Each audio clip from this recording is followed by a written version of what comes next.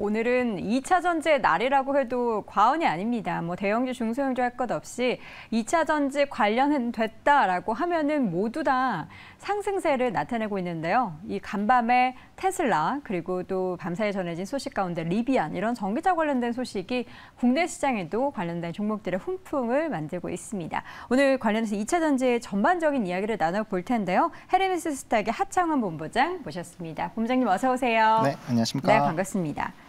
테슬라의 실적부터 좀 이야기를 해볼게요. 네. 실적이 얼마나 좋았길래 이렇게 우리 시장에 크나큰 영향을 미치는 걸까요? 네, 다들 알고 계시겠지만 이제 작년 분기 대비했을 때 약 2배 정도 순이익이 올라갔다라고 보시면 좋을 것 같고요. 일단은 테슬라가 가지고 있는 이 상징적인 위치, 그러니까 이제 컨텐츠 쪽에서는 넷플릭스가 무너지면서 컨텐츠 업황에 굉장히 좀 부담감이 갔었는데 그와 비슷한 지위를 가지고 있죠. 테슬라가 전기차에서 가지고 있는 상징성이 워낙 크다 보니까 테슬라의 실적이 잘 나온 부분들이 상당 부분 이 자동차, 특히나 전기자동차 관련된 부분에서는 긍정적인 투자 심리로 좀 이어졌다라고 보시면 좋을 것 같고요. 사실 이제 중국의 봉쇄에 영향이 좀 있었습니다. 그러다 보니까 실적에 대한 좀 부담감도 사실 없지는 않았는데 공급망이라든지 이런 부분들을 잘 활용을 하면서 이 선전하는 이런 흐름들이 오히려 시장을 조금 놀래켰다라고 보시면 좋을 것 같습니다. 근데 사실 이제 전기차 같은 경우는 우리가 앞으로 전환이 될 수밖에 없는 쪽에 세당이 되어 있다 보니까 사실 단기적인 흐름을 보시기보다는 중장기적으로 보셔야 되는 섹터다라고 보시면 좋을 것 같고요. 네. 미국이라든지 유럽 전 세계적으로 전기 자동차의 점유율이 계속적으로 높아지는 상황이고 주요 완성차 업체들이 30년을 기점으로 완전한 전기차를 이제 작년, 재작년부터 계속 선언을 좀 해오고 있었죠. 그래서 그러한 관점에서 봤을 때 긍정적일 수밖에 없고 그 안에서도 이제 테슬라가 가지고 있는 이런 이미지 그리고 위치 이런 부분들이 또 이제 이 수요에도 좀 견조하게 흐름으로 이어졌다라는 관점에서 봤을 때 좀 긍정적이다라고 좀 평가를 드려보도록 하겠습니다. 네. 테슬라가 이제 전기차 시장에 있어서는 이제 최강자죠. 계속해서 이제 전기차의 대표성을 띠고 있는 기업으로 테슬라를 꼽고 있는데 이 가운데 있어서 테슬라뿐만 아니라 밤사이에는 리비안 소식도 전해졌습니다. 네. 이 아마존과의 협업 소식이 항상 리비안의 주가에 상승 모멘텀이 되는데요. 네. 전기밴 관련한 소식, 그러니까 이 배송이 바로 시작되는 건가요? 엄청 많이 4,000대인가? 네. 일단은 이제 시작을 한다라고 얘기를 했기 때문에 네. 해당 부분에서 좀 기대감이 형성이 됐다라고 보시면 좋을 것 같고요.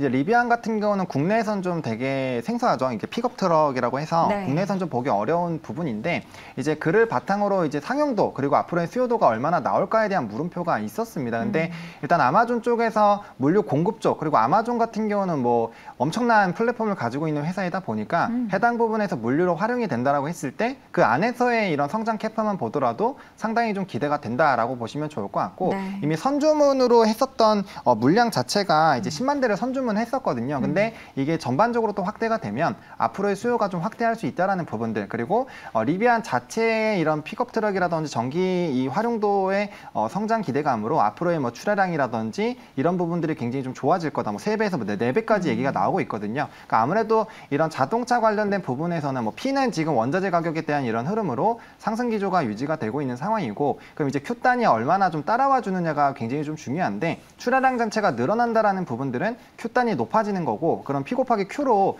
이제 실적이 만들어지다 보니까 앞으로의 좀 실적이 좋을 것이다. 그리고 긍정적인 평가들이 워낙 많이 나왔기 때문에 해당 부분들이 좀 부각이 됐다라고 보시면 좋을 것 같고요. 리비안은 말씀해 주신 것처럼 과거부터 이제 아마존이 투자를 하고 그 관련된 이벤트로 사실 좀 굉장히 기대감을 가졌던 부분들 그리고 테슬라의 대항마가 되지 않을까라는 기대감을 가지고 있는 종목이기 때문에 이런 출하량 증가에 따른 실적 개선 그리고 이 사용할 수 있는 이런 루트들을 좀 열어주는 흐름들이 나타나고 있기 때문에 해당 부분들이 좀 시장에서는 굉장히 조금 긍정적으로 평가를 받았다라고 정리를 드려보도록 하겠습니다. 네, 지금 화면에 보시는 게 바로 픽업 트럭이라는 자동차인데요. 사실 우리나라는 저는 기억나는 게 이제 무쏘. 네, 대표적이죠. 무쏘 하면은 그 뒤에 이제 트럭처럼 생긴 건데 미국은 이런 차량을 정말 많이 사용을 합니다. 그래서 밤사이 이제 테슬라에도 그 픽업 트럭이 언제 출시되는지에 대해서 일론 머스크가 내년 중반 정도 출시를 희망한다. 그랬으면 좋겠다라고 계획을 밝혔다기보다는 그렇죠. 이제 뭔가 희망을 밝혔는데 관련한 부분에 대해서도 좀 전반적인 기대감이 많이 생기는 모습입니다. 리비안 얘기로 돌아와서요. 오늘 지금 종목에 대한 특징주 뉴스를 쭉 보니까 리비안 수혜주 하면서 거론되고 있는 몇몇 종목들이 있어요. 이게 실질적으로 연관이 있는 건지 어떤 종목들이 언급되고 있죠? 일단은 뭐 대표적으로 대원화성과 에코캡이 네. 항상 이제 이런 리비안 관련된 부분들이 부각이 됐을 때 좀 움직이는 종목이고요. 뭐 추가로 뭐 우신 시스템이라든지 우리산업 홀딩스 뭐 네. 이런 기업들이 좀 영향이 있는데 일단은 각 부품들을 조금 납품한다라는 부분에서 좀 부각이 되고 있습니다. 뭐 이제 시트라든지 뭐 아니면은 베어링이라든지 이런 것들을 조금 납품하는 부분들이 조금 이제 기대가 되면서 주가가 좀 움직이고 있다라고 보시면 좋을 것 같고요. 사실 이 안에서 이제 리비안의 매출 비중이 얼마나 높느냐를 따지기엔 좀 어렵습니다. 매출 비중을 정확하게 파악하기는 어렵지만 일단은 공급을 하고 있다는 부분이 이제 앞으로의 출하량 증가에 따른 매출이 이어지지 않을까라는 기대감으로 좀 붙어주고 있다라는 관점으로 보시면 좋을 것 같고요. 이미 이제 장 초반부터 이 시가의 갭을 많이 띄워놓고 네. 시작을 했었던 부분들이고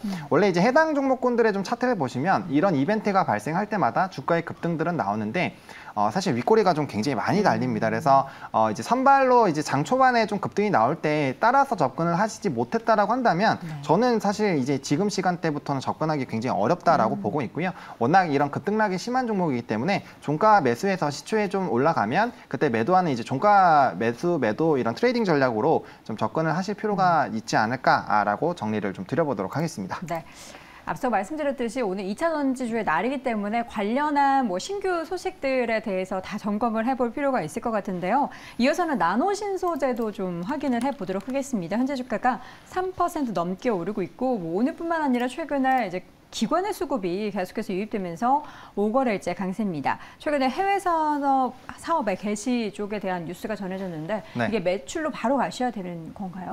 일단은 이 CNT 쪽으로 네. 매출 비중을 보시게 되면은 약 2차 전지 소재로 이 해당 기업 같은 경우 매출 비중이 약 29% 정도입니다. 이제 올해 분기로 봤을 때 그리고 작년 기준으로 치면 약 20% 정도인데 이게 앞으로 지금 계속적으로 확대가 되고 있죠. 지금 3년치의 흐름을 보면은 12%에서 19%, 이번에 29%로 올라가고 있고 네. CNT 쪽으로 이제 수익이 나고 있는 상황에서 이제 해외 쪽으로 조금 더 가시화가 되고 있기 때문에 아무래도 이 해외로 진출을 한다라는 것 자체는 앞으로의 시장 캐파가 더 커진다라는 거고 그에 따른 매출이 더 확산이 될 수 있다라는 부분에서 좀 긍정적이다라고 보실 수가 있을 것 같습니다. 그리고 하이니켈이라든지 이런 부분에서 이제 전도가 얼마나 더 잘 되는지가 중요한데 이 CNT를 활용하면 그 부분에서 좀 긍정적으로 활용을 할 수 있기 때문에 이 부분이 좀 긍정적으로 평가를 받았다라고 보시면 좋을 것 같고요. 또 다른 매출 비중 같은 경우 뭐 태양전지라든지 반도체 소재 이런 쪽에 좀 매출 비중이 좀 있는데 해당 부분도 지금 견조하게 사업군들이 좀 유지가 되고 있는 상황입니다. 그래서 기존의 사업들이 안정적으로 움직이고 있는 상황에서 이런 추가적인 매출 확대에 대한 이런 기조들이 좀 열린다라는 부분들이 상당 부분 좀 긍정적이다라고 보시면 좋을 것 같고요. 지금 뭐 중국이나 이제 한국 쪽에서 6,000톤 정도를 생산을 가능한 걸로 알고 있는데 해당 부분들이 이제 2023년까지 추가적인 이 해외에 대한 이런 공장들이나 이런 부분에서 생산량이 좀 증가할 수 있다라는 얘기들도 있기 때문에 수요는 확장되는 국면에서 공급까지 늘어나는 부분들이 향후 매출에 조금 긍정적으로 영향을 미칠 것이다라는 기대감까지 좀 같이 보여줬다라고 보시면 좋을 것 같습니다. 네. 2차 전지 관련해서는 맵을 한번 이렇게 그려봐야 될 것 같아요. 소재 가운데서도 정말 다양한 게 있는데 네. CNT, 탄소, 나노 튜브 네. 이런 것도 이제 공부해야 되니까 머리가 살짝 아픈데 그렇죠. 또 우리 부장님께서 잘 정리를 해주셨고요. 자, 그렇다면 오늘 뭐 2차 전지주 너도 나도 할 것 없이 다 오르는데 본부장님이 생각하시는 찐 탑픽은 뭘까요? 저는 LNF입니다. 일단 LNF. 소재단을 좀 보시면 좋을 것 같고요. 네. 뭐 셀이라든지 장비 쪽이 항상 거론이 나오는데 항상 이제 주가의 위치 에너지를 보시면 소재 쪽이 항상 좋았습니다. 그리고 아무래도 이제 산업들이 성장이 될 때 이제 소재단에서부터 시작을 할 수밖에 없기 때문에 해당 부분이 좀 긍정적이다라고 보고 있고요.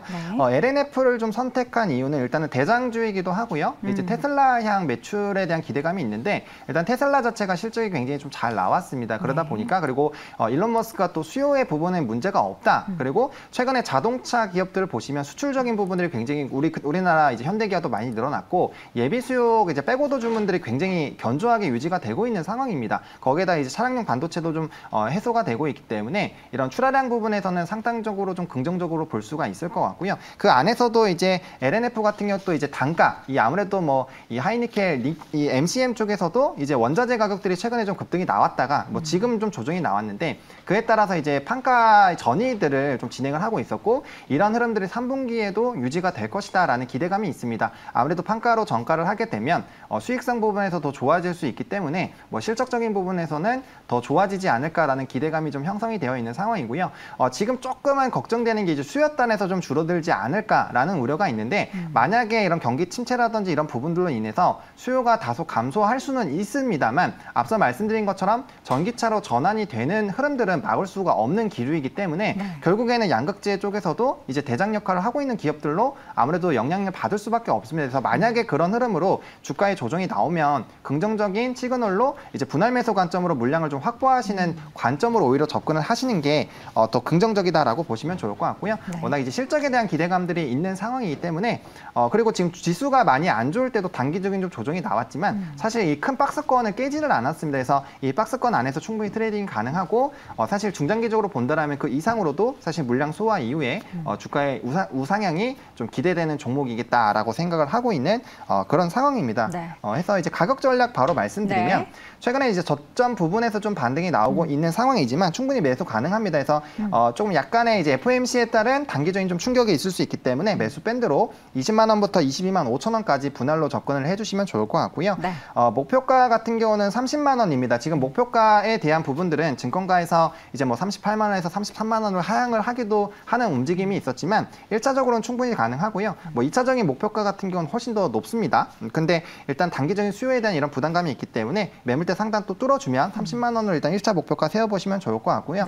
손절 라인 같은 경우는 18만 원으로 좀 제시를 드리도록 하겠는데 말씀드린 대로 이 박스권 하단 라인 부분입니다. 이 부분을 대세적인 상승 이후에 깨지도 않았고 해당 라인까지 깨졌을 때 단기적인 조정이 나올 수가 있기 때문에 모든 그 물량을 다 손절하시기보다는 비중을 약간 축소하셨다가 아랫단에서 다시 모아갈 수 있는 기회가 있을 때 매수하시는 자금으로 활용하시는 용도로 비중 조절에 대한 이런 생각을 해보는 가격대로 좀 생각을 해보시면 좋겠다라고 정리를 드려보도록 하겠습니다. 네.